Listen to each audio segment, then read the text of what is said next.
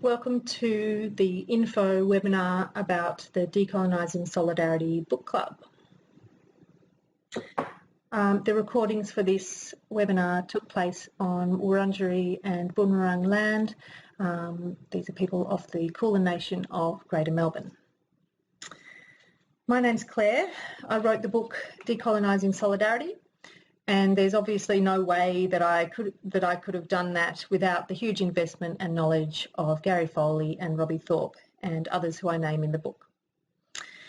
I guess you could say that I'm a long-time supporter of Indigenous struggles since 1998, that is, and my special focus has been doing stuff when asked, not doing stuff when not asked, supporting Aboriginal people's agendas, protests, demos, struggles, educating myself and through collective effort enabling others to be educated about Indigenous struggles and the politics of how non-Indigenous people work in support. And finally, inspiring my people, non-Indigenous people, including white people, about getting interested and active about all of these things. So the other people in the webinar Pru Gell and Holly Hammond. Pru has lived and worked as a facilitator and educator on Aranda, Larrakia and Yolngu People's Country. That's around Alice Springs, Darwin and Arnhem Land. And after 12 years away, she has recently returned to be living on Kulin Nation land. Following years of activist and advocacy work aiming to support First Nations people's struggles, and in particular around the Northern Territory intervention, in 2012, Pru shifted her solidarity work to focus on working predominantly with non-First Nations people to unpack the beliefs and behaviours we or they have that impact negatively on First Nations people. Pru co-facilitates workshops on this intercultural work with Aboriginal colleagues. She believes that solidarity work is everyone's business and is important, complex and a lifelong journey. Holly Hammond is the director of Plan to Win, a Melbourne-based social movement support project. Through Plan to Win, Holly offers facilitation, training and mentoring, covering topics including campaign strategy, community organising, building strong groups and sustaining action. Holly is also founder and co-convener of Plan to Thrive and Melbourne Campaigners Network. She brings 25 years of experience in social movements to assisting groups and campaigns to build community power for social and ecological justice. Okay, so next up, let me tell you the agenda of what happened at the info night that this was recorded with or for. This intro is from that night. And the recording wasn't good enough quality to use, so that's why we've re-recorded the introduction. So later on in the webinar, you are going to hear a bit more context from me about the book and the idea for the Decolonizing Solidarity book group, how the book group came to be, a message from Robbie Thorpe, a bit of a get to know you for people who are in the room, and then information about the book club, the timelines, the themes we're looking at breaking up the book into for discussion. You're going to hear an outline of one of the themes and get an idea of what could happen in a book group in terms of an outline of a session. And we'll also talk about guidelines for how to make the group discussion go well and the role of a facilitator within such a group. Then we'll have questions and answers. So please persist through to the end. And here we go with a bit more context. So the reason I wrote Decolonizing Solidarity was to do justice to the education I've received from amazing local Aboriginal community activists Gary Foley and Robbie Thorpe and others. I thought if I had gained and learned so much through my association with them, I should honour that by pursuing that as deeply as I could and by sharing the learning with others. I knew that there was a sense of history repeating, the same missteps, assumptions and difficulties being created by good-hearted people, and that there was potential to intervene with a book that captured up what non-Aboriginal people needed to know and put it in one place. My fantasy for the book is that Aboriginal people can slap it down on the table with newly involved supporters and say, read this first. The book is written to speak to Aboriginal people too, and like anything, if you're living these dynamics, you want to think them over, process them, understand them, and so the book has an Aboriginal readership too. And just to make this explicit, the book is written in relation to a particular political community, and that is people pursuing land rights, black power and sovereignty and self-determination in South East Australia and their supporters. And South East Australia is Melbourne, Sydney and Brisbane. I believe it can be applied elsewhere with some adaptation and based on appropriately deep local historical knowledge of the political scene. The book is based on interviews with 24 Aboriginal community members and non-Aboriginal activists and includes what I have personally learned through my own activist work in southeastern Australia and what I read and found out during my PhD. Gary Foley, Tony Birch and Marjorie Thorpe provided direction and critical feedback for the research that went into the book. They are members of the political community that the work was created in relation to. Robbie Thorpe is a key influence on the book also. So why is it important or useful to discuss decolonising solidarity in groups? One is to ensure people read it. We did a little survey, about 130 people responded, just to suss out whether there was sufficient interest in the idea of a Decolonising Solidarity book club. And an interesting statistic from the survey results were that 65% of the people who answered the survey intended to read the book but hadn't managed to yet. And so we're hoping this book club can provide motivation, collegiality and I guess a program for reading the book and getting that done since you intend to. The book can be heavy in parts, so reading it together perhaps might provide that support as well to get through it. I believe there's a hunger once you've read it to discuss it. That's from feedback that I've heard from people who've read it, and I found during my PhD interviews that non-Indigenous people I interviewed were grateful to have a chance to discuss this kind of politics and to have reflective conversations. There is work to do to adapt the politics in the book to your own context, and perhaps groups could support that knowledge gathering about the local context and do that together. Also, the book club is a way of spreading the message about the just cause that Aboriginal people have and the importance of backing Indigenous struggles. The book could be your vehicle or your entry point with friends and workmates who you haven't had this conversation with yet. So you could suggest doing a book club, and that could open up conversations that you know need to be had. At a broader level, the book club, I hope, may create bonds between like-minded people, which is the essence of becoming organised as communities. Now, how the book club came to be, Holly Hammond actually came up with the idea of the book club. I mentioned before she's the director of Plan to Win and one of the key organisers for this whole project. Holly had run a book club for a different book. This is an Uprising. She saw how the book club led to people increasingly referencing and applying the ideas from the book in their own organising and campaigns, and thought this could be great for decolonising solidarity too. And this kind of politics is something she's keen to support, and this is a good way for her to do that. So I love working with Holly and Pru, they're fantastic. Now, I want to read out some words from Robbie Thorpe that he has spoken about the book and his well wishes for our meeting and the book club.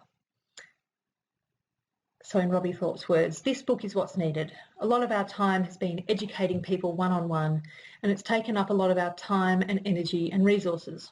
Hopefully this book can fill that void. I don't think this book is just going to be important for our people in this country. I think it's going to be a global guide in terms of how you can recognise the original peoples of this land, of this planet.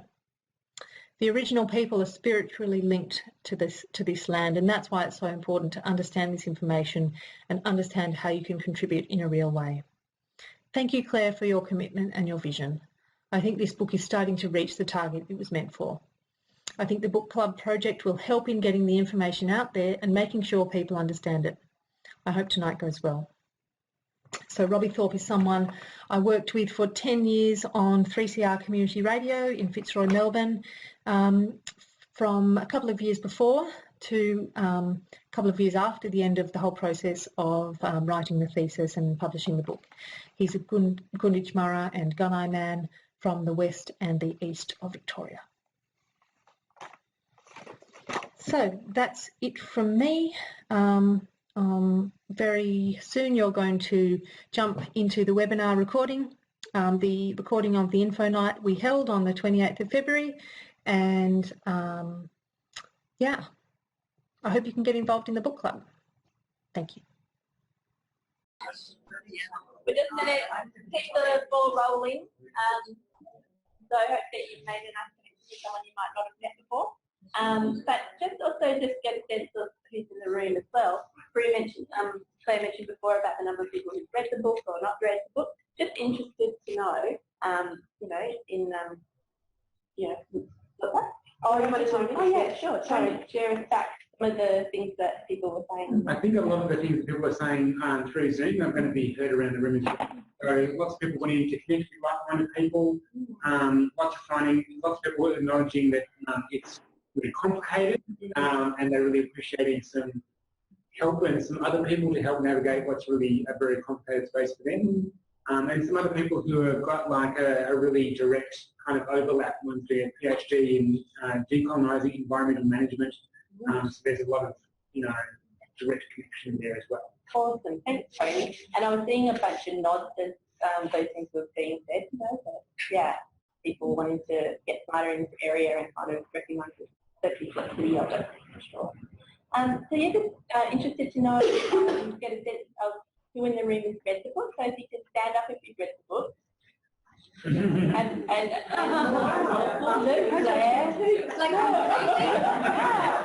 Yeah. And then maybe if you're partway through, so sit down if you've read it and stay standing or stand up if you're partway through the book. Yep, awesome, great, love it. Yep, there's a lot of engagement. Take a seat, all good. Stand up if you've engaged in some kind of solidarity work or activism, and that could be like, well, what does that mean?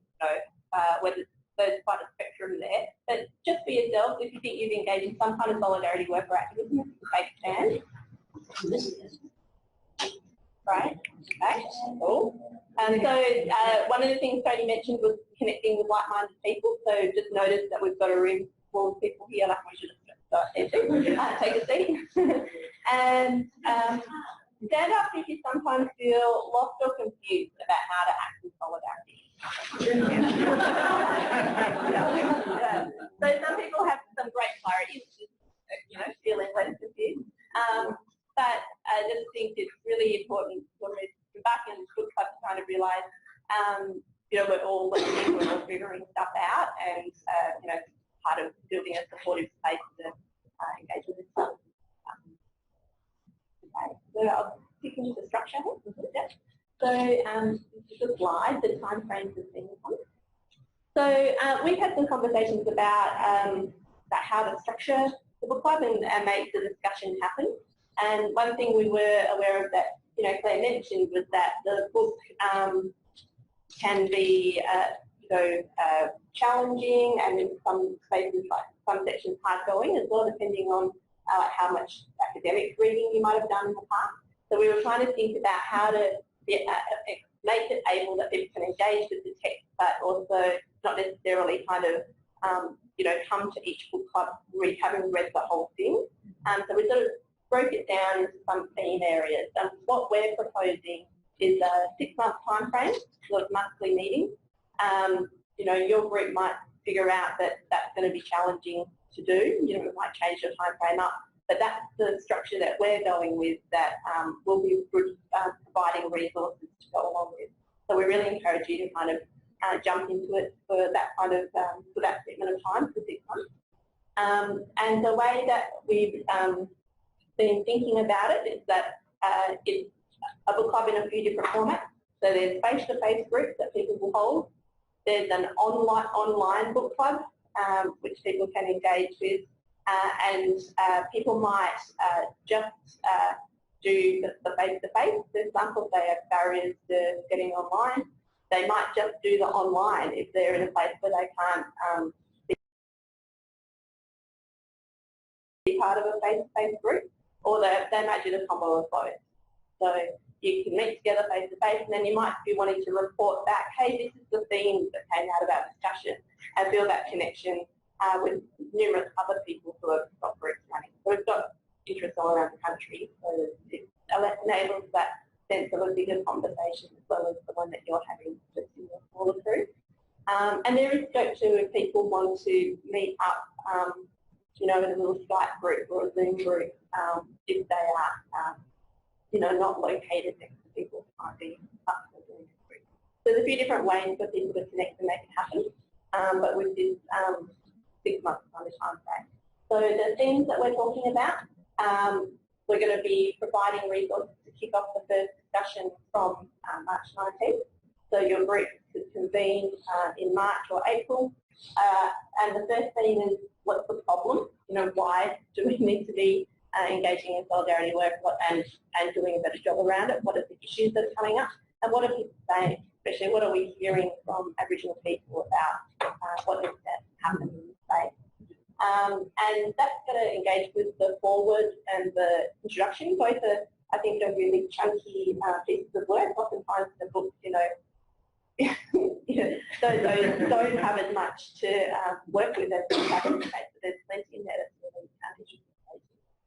So, you know, for you to have that conversation, we'll provide you in advance with, you know, a bit of how we've focused that, so that where the areas of those chapters to read as well. And then in April, May, the second theme, what happened to the local mob? And the chapters covered there are 1 and 2.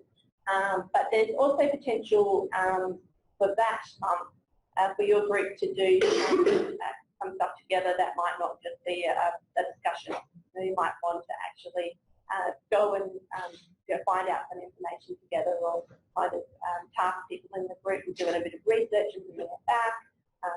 Might, you know, be a little bit of a field trip to actually go somewhere together. Theme 3, May June, who am I? There's a lot in the book around identity, which is really juicy for exploration.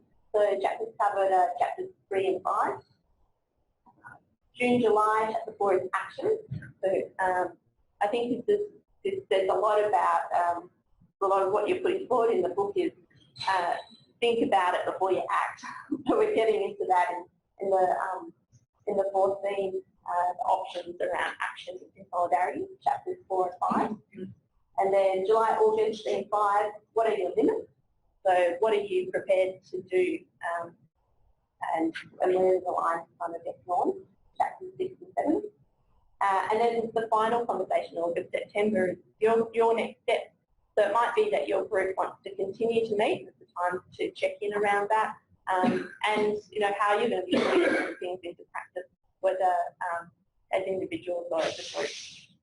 Two things to sort of say in relation to the themes after review. Oh, okay. So for each theme, we'll provide a session outline, so a little suggested agenda that you could work through in your group.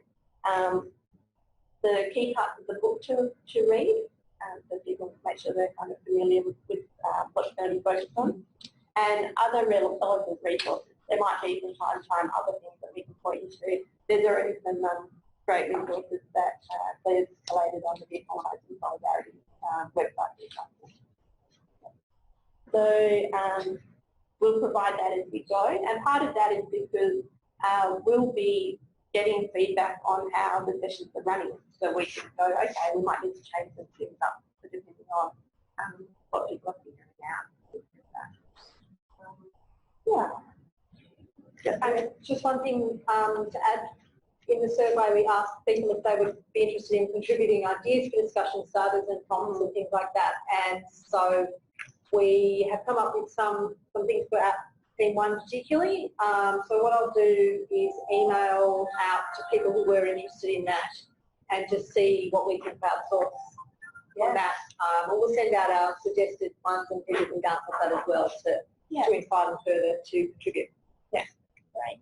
So I guess what that means is with this time frame is getting groups set up and ready to go with the aim of doing that March or early April.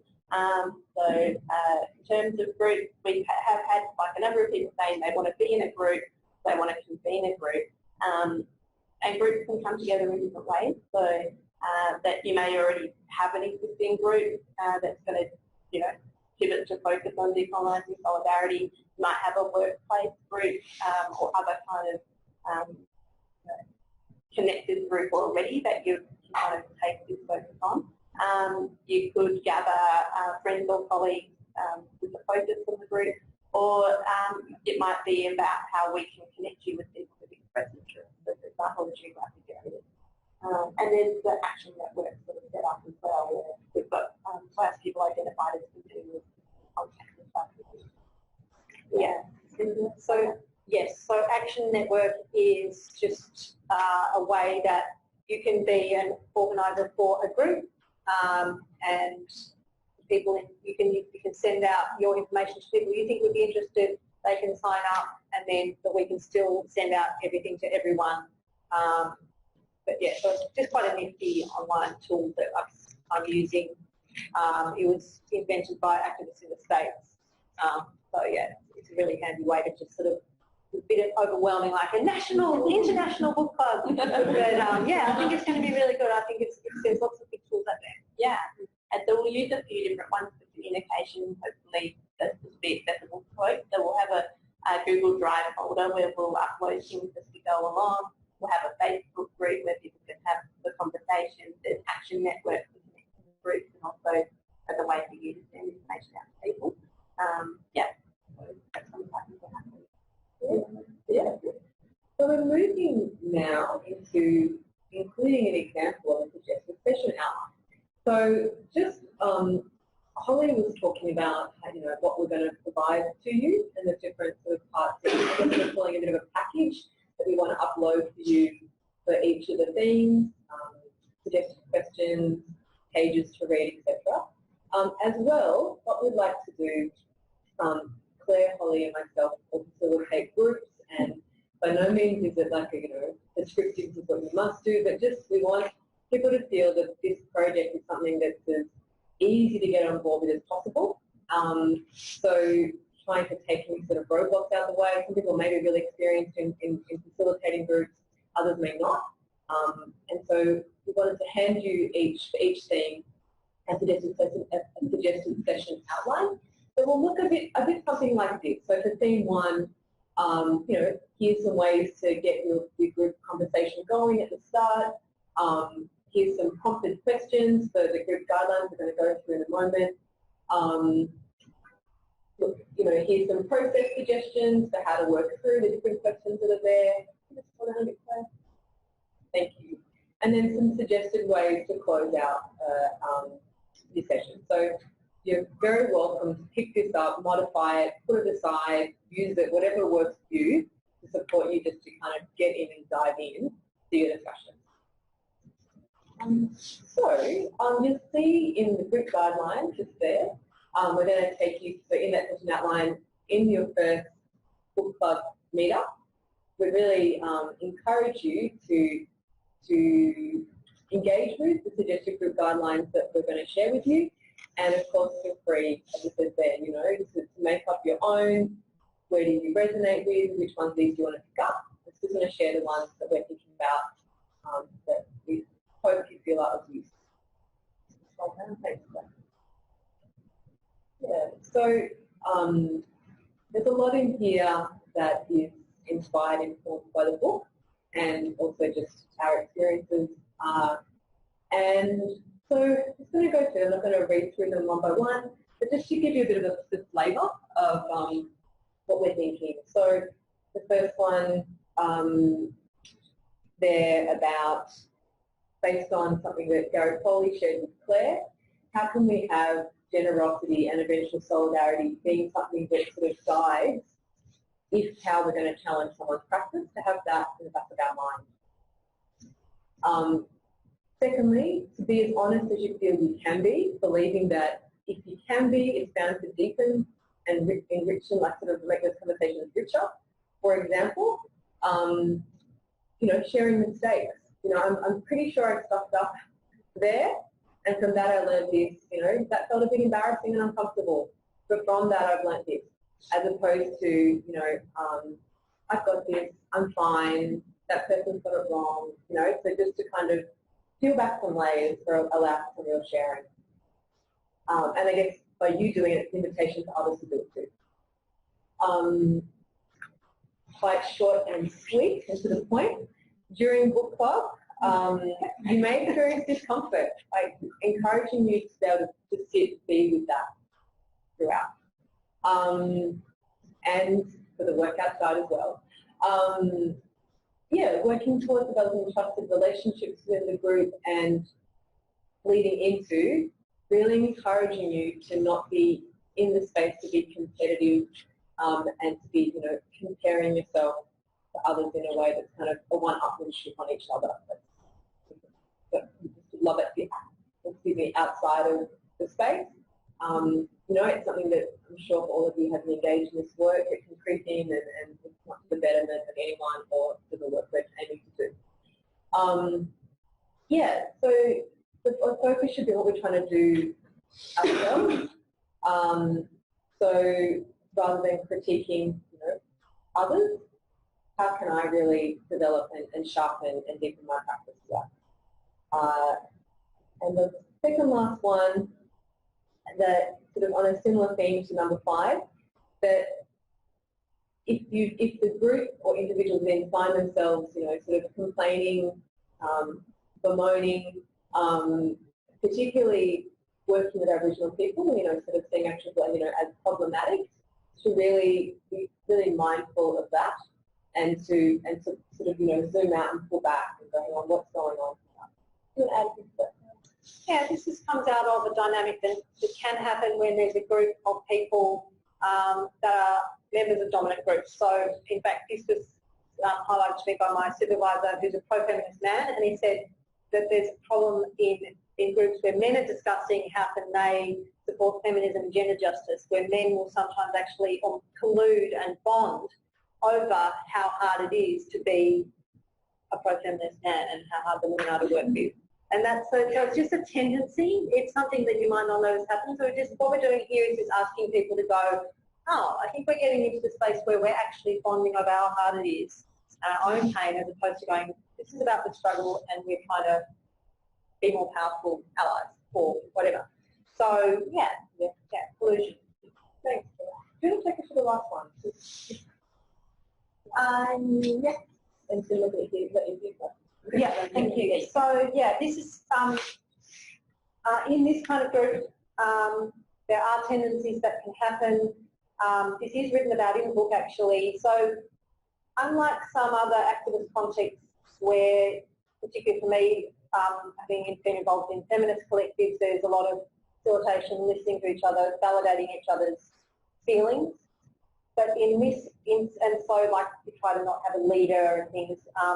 In this instance, it's actually strong leadership can be important because there are tendencies that can happen in these kinds of groups. And so, in a way, we're asking people to maybe consider whether they want to give each other permission to challenge and do that zooming out there and going, actually, I think we're getting into a tendency that we want to not do. So the sort of tendencies are collusion that I mentioned, veering off track to avoid harder issues, calling out in unsupportive ways. So, this is about building eventual solidarity. It's not about being wrong, telling someone they're wrong, and then they feel outcast and excluded. It's working with people to get to that better goal of better practice. And then there can be issues of what we call a race to innocence, which is to say that the main thing we're trying to ask people to remember is we're carving out a space to talk about racism and colonial relations, and that is intersected by people's identities which are complex, and there are intersecting privileges and oppressions in every person's story. And those are to be acknowledged, but not take up the whole space in a way that actually is derailing from the main topic, which is we're just making a space. There's hardly ever a time just to talk about supporting Indigenous struggles, so we're going to stay on that while acknowledging that everyone has their own particular story. And were we going to do that example about social rescue? Yes. So another thing that can happen is when you're having a hard conversation and there's discomfort, sometimes people can empathise and want to rescue each other from that shame and discomfort. So you might want to sort of jump to diffuse feelings of shame rather than going, yeah, that is questionable or something. So, yeah. So I'd say a great example from a conversation Clare and I had last night. So for those of you that have read the book, there's an acronym of the BINs. So be in the Northern Territory. Those people, which I'm one. So I was saying to, Clare and I were chatting last night, and I said, I'm like, I'm the person I left Melbourne, an activist in Melbourne. I've been working a bit with the Yorta Yorta people, but and then the last 12 years I've been in the Northern Territory. And I said, I'm a bit, he's like, no, pretty much like, you ain't what you There was a strong urge in me to go, no, you're not, you're fine, you're fine. Yeah. Even though there's a great, there is some kind of truth in that, and there's also other things about that, and I don't know, Pru's got an amazing way of talking about how there can be a little bit of this and of other stuff, but also, but that was my instinct of socially rescuing her. You're okay, it's okay, you're not that. As opposed to it could have been, yeah, you are. And it would be like, and then this and this and this, but as Claire did, but it's like just to take out the rescue, just acknowledge, and then, Did you give us the examples?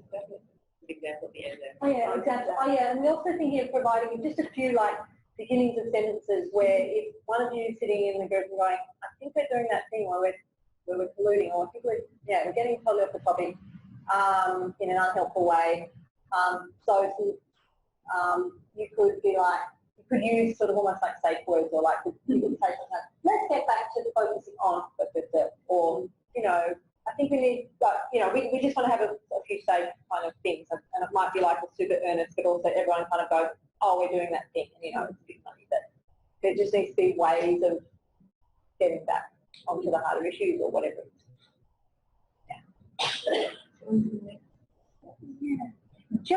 Just one thing I just want to say, that we pitched this info night as an info night for people who are wanting to participate in or considering participating in a book club. You might be a participant, you might want to go to a group or participate online. Not everyone has to organise their own group. I just want to make that clear. We haven't talked about that. We're sort of saying, you might be in a position where you're facilitating a group and it's going to be really difficult, but not everyone has to do that. And you might be the person who's the contact point who gathers people together, but another person plays a role in facilitating as well. So just kind of figuring out how to bring the group together. So before we get into the final next steps, I wondered if people wanted to ask some questions, and we can also give the folks on Zoom a chance to ask some questions as well. Do you want a minute, Tony, for these folks to catch up? And I reckon take some questions here, and I'll pick them online. I want to do that. Just have a really quick chat with somebody next year about what's coming up and what you've heard so far, and if you've got a question, we'll bring you back really quickly. But just have a quick fun. So I'm keen to open up for questions. One thing we were just checking in about before as well is just to let you know that we're available to support you as you're in the facilitation role. So if you've got questions about, say, how to approach that first gathering or after a session, something came up that you want to check in about, we'll also be available to do that. Right. Cool. Questions? Up back? That was the online version. What the software looks like. Yeah. Show this. Oh, the Action Network, you mean? Or what is this? Online discussions, yeah. Yeah. So there's different options. So there's Facebook for kind of a text-based being part of the discussion, and that'll be the same thing that we'll put the prompting questions up and people can engage in dialogue that way. But if you form a group that is going to meet virtually, then you figure out together what the best format to use is. Zoom is getting really good reviews, and it's what we've used for doing the webinar today. So it just means that people need to download the software and set a time together. And so Zoom is video conferencing basically, or like a joint Zoom meeting. Oh, yeah. It's video or voice, or it can be phone, So that people might just want to do typing their discussions, or they might want to set up their own.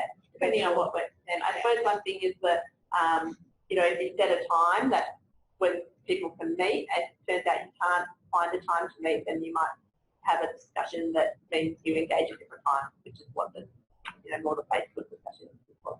Sally, I think you were saying I've been recommending to people a lot recently, and one of the ways I explain it is that you were requested and guided to use the way of making some good, not having people to educate our lives. But I suddenly kind of thought, as I was thinking, if I actually kind of exaggerate that in my mind, like, did people come to you and they really want this book, or was it more? No. It was like, I wanted to know more about this myself. I decided to do a PhD on it, and then, but with the view to thinking maybe I could make like a guidebook or something. I mean, basically ended up in more of a book-length treatment of questions of these issues. But all along the way, I had a reference group, critical reference group that were the guardians of the political interests of this community. So that was Foley, Robbie and Marjorie. So they knew I was doing it. They helped me, they guided me with what questions to ask, who to talk to, who to interview, even those sorts of things. I mean, sometimes some instances I suggested that, and just as short as whatever. So, yeah, not so much being asked to do it, but it being something that was welcome. Zoom folks hearing us okay with the questions as well? Yeah, the Zoom folks probably can't hear questions from the audience because the mic's just not that good. Yeah. But they can hear clearly well. Stop off a little bit as we go further away from the line. Yeah, we'll speak up more, and we'll also repeat questions that people ask. Was there any questions from Zoom at this stage? There was some questions just around, like, are there people in Fremantle and are there people in Brisbane, which is lovely to know that there's people who are keen to reach out to other people. So, so yes, we'll connect you with people who are geographically the same, I presume. Yeah, so when we did the survey, people did indicate where they were, but we also really want people to self-organise. So what we're going to do is make a space in the Facebook group for people to say, hey, I'm starting a group here, and to find each other that way too. Just time-wise, it's going to be really tricky to kind of be making dates for everybody. Yeah, and I think people might want to, like, even just because they're all from the same area, they might want to be in a group together, so it's a bit hard to allocate people into groups. But there are a couple of people in Western Australia, and so in a case where people have said they're in Western Australia and they want to be a convener, then we can help to email out to people we know in that area as well. And we definitely have busy folks interested. Yeah, Brisbane. Just chime in one thing, as Claire mentioned earlier. As Claire mentioned earlier, the book can be a great excuse to, talk to your, colleagues in a workplace or friends and say, hey, let's talk about this. So if someone is, wondering if there's people, if someone's in Townsville and wondering, are there people online they can connect with, use this opportunity in their own community to try and find out who in their own community might want to connect. So sort of get just a bit more, a few more thoughts around how to self-organise where you are. Yeah. And you can always be an individual anywhere participating in the online discussion. Yeah. So what we envisage is at 6 points throughout this year, about a month apart, we will have a kind of a day or an hour, probably a day, where there's active discussion about that theme So you can be anywhere as an individual and do that. And there was only like 1 or 2 people who said they don't use Facebook, and 128 other people said they did. So we are actually basically using Facebook. Not in the way. Other questions? So, Alan, you had another video? We had this person first. So I just had a question in terms of collusion and other lists. Do you guys have links to ways of collusion, or can you be identified in a group? Just because I've been in like these kind of cultural gatherings, people come with a lot of personal experience, and I think possibly emotion comes into it, and where, how to identify and how to talk about how people deal with it themselves. So, a question about how to identify collusion. There is a little bit in the book that mentions this, but there would be other things that I could, put as a resource. Yeah, but it is a difficult thing, and I'm a bit nervous about, like, everyone's going to do these groups. What if they all turn into shit pipes? I don't know. Like, it is quite a full-on thing to facilitate a group of this nature. So partly it is about guidelines of going, let's try to do our best, people, and so with that in mind, you can hopefully self-manage. And we're happy to empower people to develop their skills, as a facilitator. But if you have experience already, that's going to help. And I suppose I'd also just say one thing we could do is hold back from doing anything because we're worried it's going to get messy. So, it's essential we bring a group of people together, things come up in that space, but it's worthwhile to, do the work together, right? So, try to make it work as well as we can, but don't let it hold us back. Yeah. So, was that a direct one on that, or? That's something more about that collusion. It probably wouldn't be a bad idea to have a special session on that, because that can get right out of proportion and completely ruin discussion group. So let's take that as something that I will put some thought into how we're going to empower and inform people. What are we talking about, like collusion, and how are we going to do it? We had Alice and then a Zoom question. Is that right? Yeah. Yeah, I just wanted to ask if you had any thoughts about the ideal size for the face-to-face group, and also whether you think it's better to have a group of people who already have a relationship and have maybe worked together versus trying to coordinate a group of people in the background. I think there's something to self-organising with people that you sort of know are interested or have some knowledge of, like how they would engage in this kind of conversation. But a workplace group can be great. I think a workplace group probably has extra layers of, like, people maybe being a little bit less emotional, depending on the workplace. That's a culture-specific actually thing.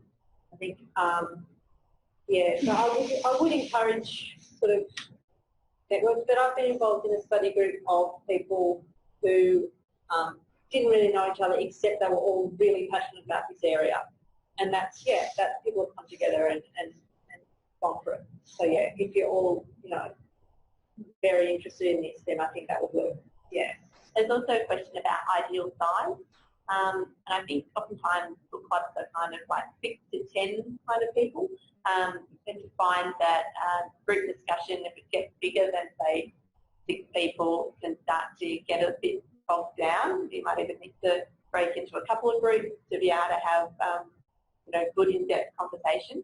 But I think we also just need to recognise that availability can shift. So we want people to be able to attend each time, because that'll make it go better, and it'll kind of build up. But you also might want to have a bit of leeway in your group, or if people can't turn up. Any thoughts on size? Tony? Lots of good questions from Zoom Land. One of them is, do you see a need to have separate groups of people who identify as white and people who identify as other ethnic minorities other than Aboriginal? I think, again, this is self-organised. It depends on people's preference. So in the survey, this depends on people's personal preference. So in the survey, we asked, if you are a person of colour, do you want to participate in a discussion platform, an autonomous discussion platform, i.e. a discussion platform that is exclusively for people of colour. And discussion platform that could either be face-to-face or online. And so we did have people put up their hand for that. Other people might be a person of colour, but they didn't want to participate in that format. They were wanting to be in whatever group they had in mind. We also asked the same question around, if you're an Aboriginal person, do you want to participate in such a group? And we didn't have enough interest in that yet, but again, people are still getting the word out about this. So yeah, I think I reckon it's about preference. Yeah, and you know, there could be benefits to either way as well. So there might be more freedom to talk about experiences of, you know, racism without having white folks in the group. But it might also be an opportunity to kind of focus on that shared settler experience. So recognising that, yeah. Did you want to say something about that? Yeah, I think in groups where everyone is a member of, is of a colonial background or is a person of, a member of a dominant group, particularly non-Indigenous, and particularly people who are white. So people with multiple privileges, and I'm one of those people. I'm very financially comfortable family.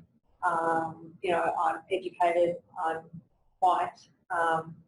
You know, so there's class. There's, you know, a whole lot of things, and so I'm someone with multiple privileges. So in those sorts of groups, I think there's more of a question of,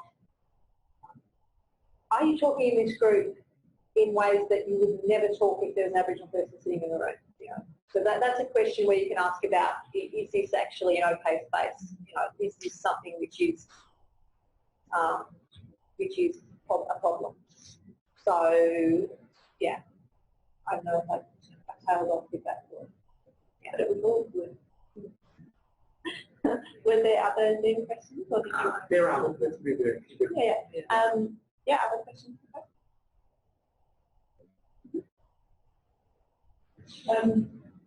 Brendan and I individually are interested in working or developing a group or being in a group because we have a goal, our own maybe professional goals. I speak for myself. I'm a visual artist and I'm interested in working with other visual artists who are making art and ecology in the West.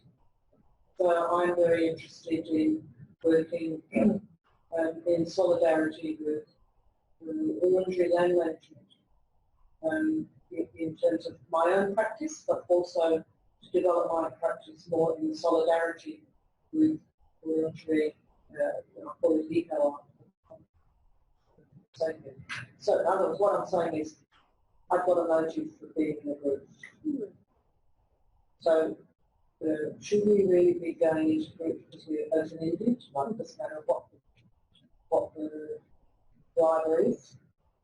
Or if we do have a particular direction to take, should we ensure that we're the one who will organise it? I think, yeah. I think it depends on preference. If you want to organise a group, that's great. Organise one. If you don't want to organise one, don't organise one. I think that it's just good to be honest, like what you're saying. You know, just to get to know each other as a study group and go, look, this is what, to be honest, this is what I'm here for. That's the main way.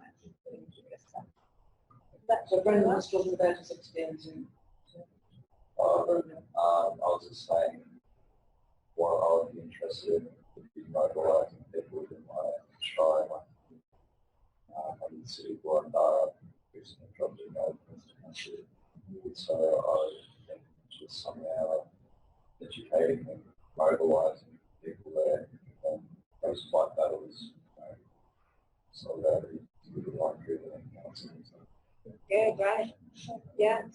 So maybe we need to find a way of having, like if you're wanting to find more people like that, then you might want to promote like anyone in City Gunditjmara who wants to do the book club as a launching pad for like awesomely being powerful around these local issues. Yeah, I reckon you can attach it to your own particular agenda. Yeah. And I just, as you're asking that question, it was making me think like just in a simple way, are you wanting to engage in the project to decolonize your practice? You know, and that's, I think, I'm assuming people are coming to these book clubs because that's what they want to do regardless of whatever, you know, forum or place they actually, their practice is in. So with that as the shared kind of, I guess, thing pulling you together, but just as Holly said, just articulating that early on, and then, but then you've got that shared unpacking. Yeah, I would also say to let the group be about learning. So let yourself go through a process together where you learn together and then be like, okay, so how are we going to go put that into action? Or you might even have some people who are going to be doing things in between times that it's kind of acting on things, but just to not to sort of distort the group, like let it have a focus on learning, rather than, you know, each time you're actually planning action rather than getting to do that. Other questions? Yeah. There's more questions on Zoom than we can deal with, so sorry Zoom people if we can... we can follow up with them. Yeah, I just wanted to reflect back, there's a good bit of kind of like generosity on the Zoom questions as well. So in terms of people, you know, what's collusion and worries about that, there's a good bit of reflection to sort of go, look, you know, anything to good faith, and that's up to, I thought that was a good sentiment to pass on. Yeah. And there was a question just around two practical things, just in terms of a little bit more about the practical support, like how much practical support is there in terms of the guides and the monthly things and how do we do it and the bits and pieces. And a related one around, should Facebook groups around this be closed or open, like how to kind of keep the group a group, but also keep it open. This is probably what might be behind that Facebook closed or open question. Yeah, the package that we were thinking about was going to be like a guide for discussion that would give you direction around which parts of the book to engage in, key prompting questions to be considering in your group, session outline, and where relevant, like extra resources that you might want to, you know, be pulling in for your discussion. So they'll be provided, on a monthly basis in advance of when people are going to be meeting. And I don't really know what more to say on that. In some ways, it's like you need, you know, get your first pack in March and then say, oh, well, actually, we kind of feel like we need something else. And then we kind of go from there. And then the question around the groups, my assumption was that the big Facebook group, which is the kind of all-in one, would be, I think it would still kind of be a closed group, like because it's for the purpose of this discussion for a period of time, so people need to kind of engage with the project. So we already have people who've done the survey or have logged on to Action Network. We kind of know them, we're connected with them, and it's not just free flow of people coming in and out all the time. We haven't necessarily clarified that. And then I think if you're going to make a group for your own face-to-face, face-to-face or virtual group, I'd probably suggest the same thing too, because you want it to build up over time. You know, you want to be building connection relationships in the group so that you're communicating well and getting to know each other and feeling more able to share things, and that, you know, the things that you're discussing are building what you've already discussed as well, rather than someone kind of coming into the conversation halfway through. It doesn't mean that, by doing this you might be connecting with lots of other people, but you can be sharing resources and encouraging them to read the book and having conversations with them. There's just other ways to come to do it. Okay. There was one bonus one. There was a suggestion for maybe a debrief would be a useful thing. I couldn't get from Marjorie with a debrief session or after book prep sessions. Yeah. But yeah, it's just a suggestion. I don't know whether that's something that's already been in the mix or. Yeah. Yeah. Yeah.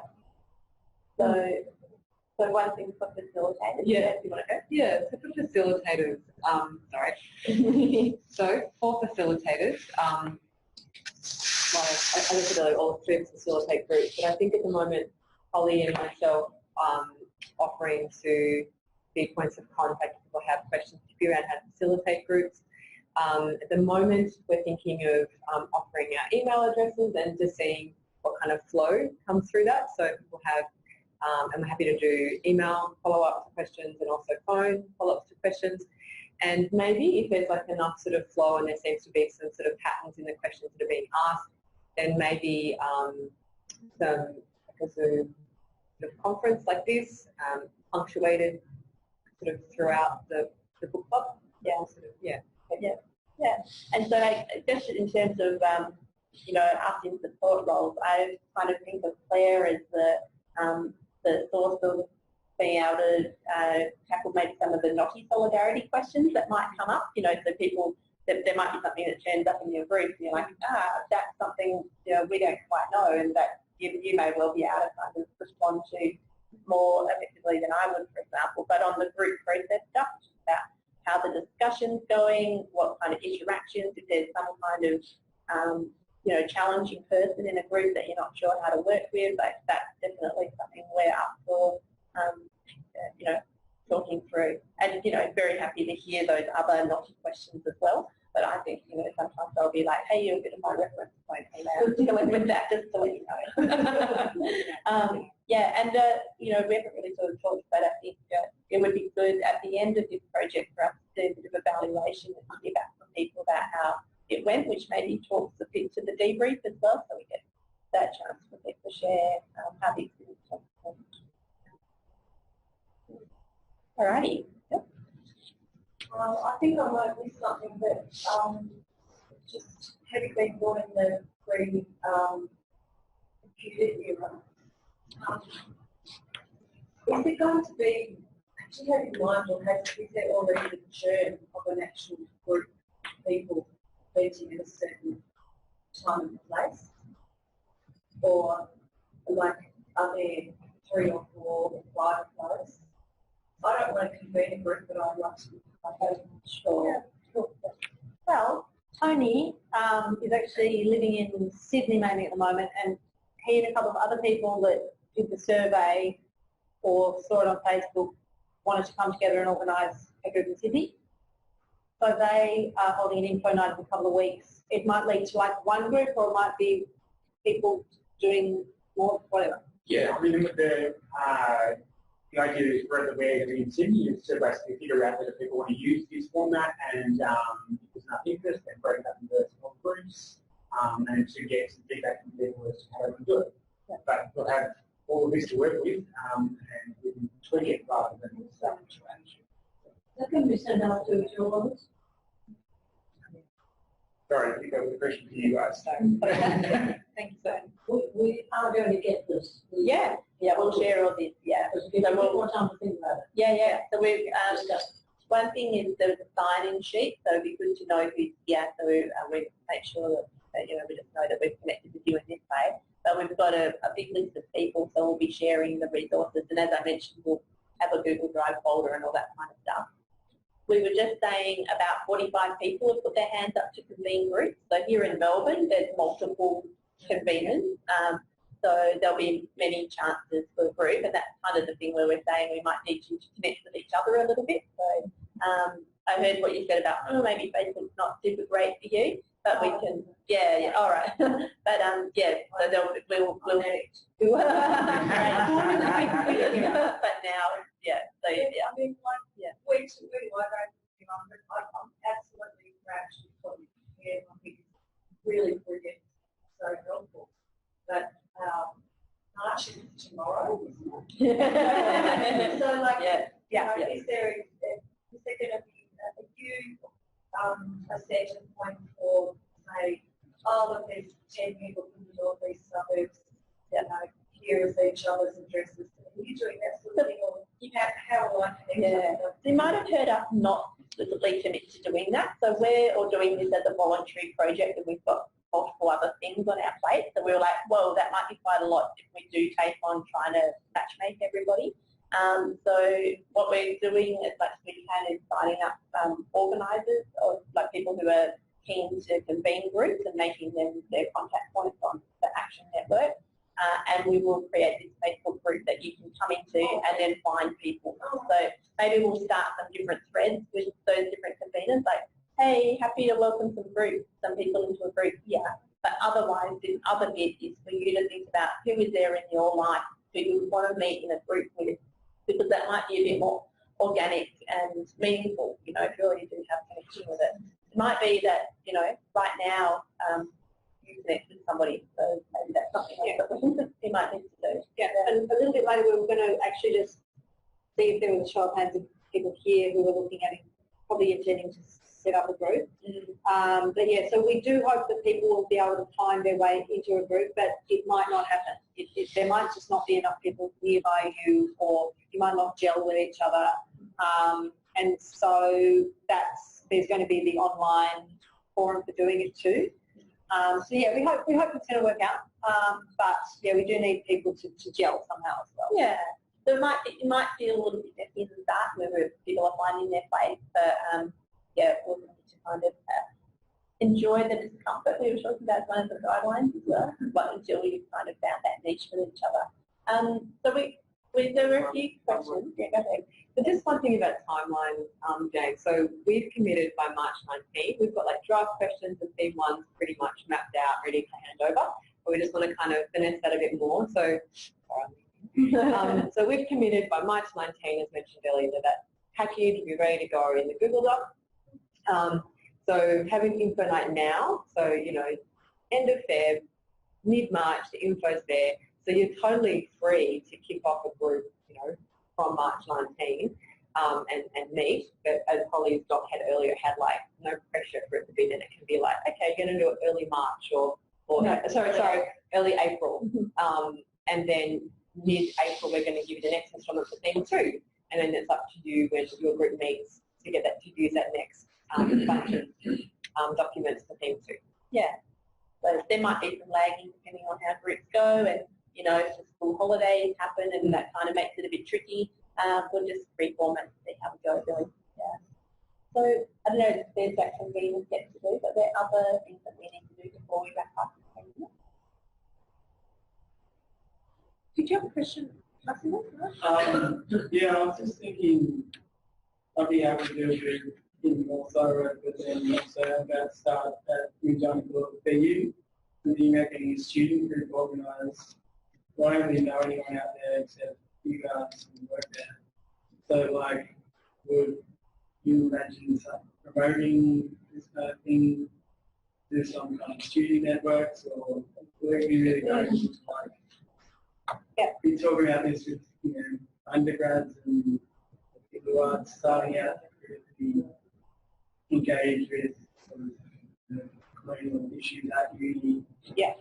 And like, I'll be able to facilitate that and in terms of like not really knowing anything about I guess the uni as a space. Yeah, we do have to find ways of getting the word out, and yeah, student organisation would be a great way, but it's going to rely on people within those to like email or Facebook things.